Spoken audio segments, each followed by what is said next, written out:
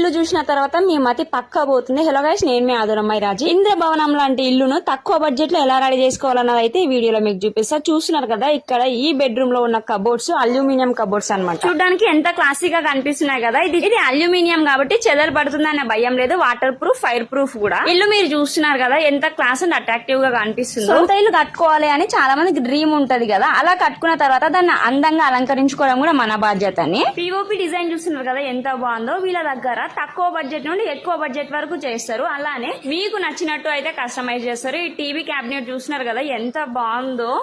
Modern kitchen అయితే ఇప్పుడు మీకు చూపిస్తారండి. కబోర్డ్స్ చూస్తున్నారు కదా, ఇవి మొత్తం అల్యూమినియం కబోర్డ్స్. చెక్కతో చేసే చెదలు పడుతుంది, ఐరన్ తో చేసే రస్ట్ పడుతుంది. ఇలాంటి బాధలు ఏం లేవు. ఇంకా కిచెన్ చూడడానికి చాలా నీట్ గా కనిపిస్తుంది.